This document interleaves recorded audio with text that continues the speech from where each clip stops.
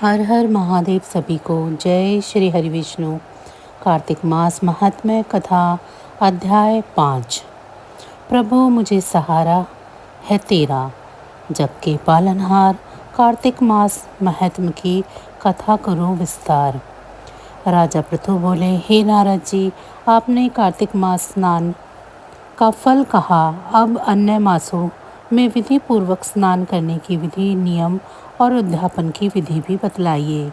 देव ऋषि नारद ने कहा, हे राजन, आप भगवान विष्णु के अंश से उत्पन्न हुए हैं, अतः ये बात आपको ज्ञात ही है। फिर भी आपको यथाचित विधान बतलाता हूँ।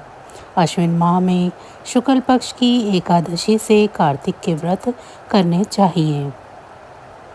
ब्रह्म मुहूर्त में उठकर जल का पात्र लेकर गांव से बाहर पूर्व अथवा उत्तर दिशा में जाना चाहिए। उसके बाद जो मनुष्य मुख शुद्धि नहीं करता, उसे किसी भी मंत्र का फल प्राप्त नहीं होता है। अतः दांत और जीभ को पूर्ण रूप से शुद्ध करना चाहिए और निम्नलिखित मंत्र का उच्चारण करते हुए दातुन तोड़नी चाहिए। हे वनस्पति, आप मुझे आयु, कीर्ति, तेज, प्रज्ञा, पशु संपत्ति, महाज्ञान, बुद्धि और विद्या प्रदान करो। इस प्रकार उच्चारण करके वृक्ष से 12 अंगुल की दातुन ले। दूध वाले वृक्ष से दातुन नहीं लेनी चाहिए। इसी प्रकार कपास, कांटेदार वृक्ष तथा जले हुए वृक्ष से भी दातुन लेना मना है। जिससे उत्तम गंध आती हो और जिसकी टहनी कोमल हो, ऐसे ही वृक्ष से दंत धावन ग्रहण करना चाहिए। प्रतिपदा, अमावस्या, नवमी, छठी, रविवार को चंद्र तथा सूर्य ग्रहण में दातुन नहीं करनी चाहिए। तत्पश्चात भली भांति स्नान करके फूलमाला, चंदन और पान आदि पूजा की सामग्री लेकर प्रसन्नचित्त व भक्ति पूर्वक शिवालय में जाकर सभी देवी देवताओं की अर्घ्य, आचमनीय आदि वस्तुओं से पृथक पृथक पूजा करके प्रार्थना एवं प्रणाम करना चाहिए। फिर भक्तों के स्वर में स्वर मिलाकर श्री हरि का कीर्तन करना चाहिए। मंदिर में जो गायक भगवान श्री हरि का कीर्तन करने आए हों, उनका माला, चंदन, तांबुल आदि से पूजन करना चाहिए।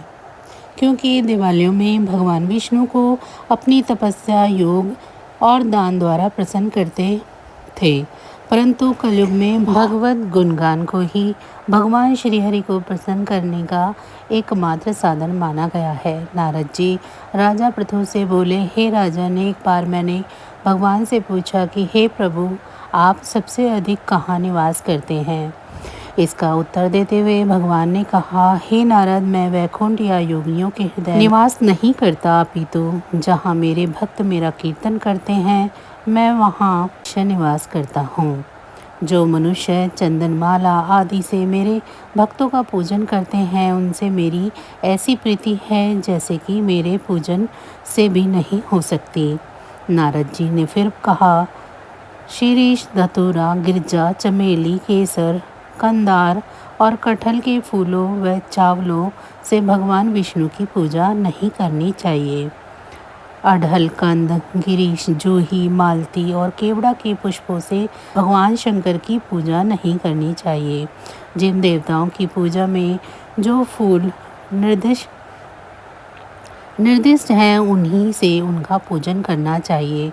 पूजा समाप्ति के बाद भगवान से क्षमा प्रार्थना करनी चाहिए, यथा, हे सुरेश्वर, हे देव, न मैं मंत्र जानता हूँ, न क्रिया, मैं भक्ति से भी हीन हूँ।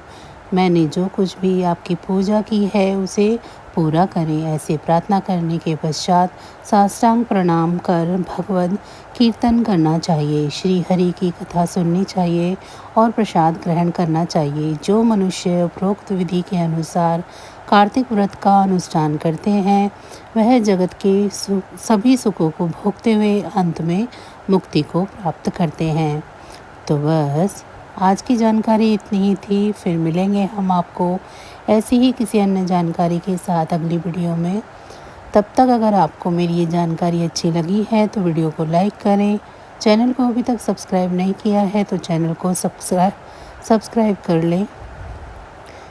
भगवान विष्णु की कृपा दृष्टि आप सभी पर सदैव बनी रहे। इसी के साथ हर हर महादेव।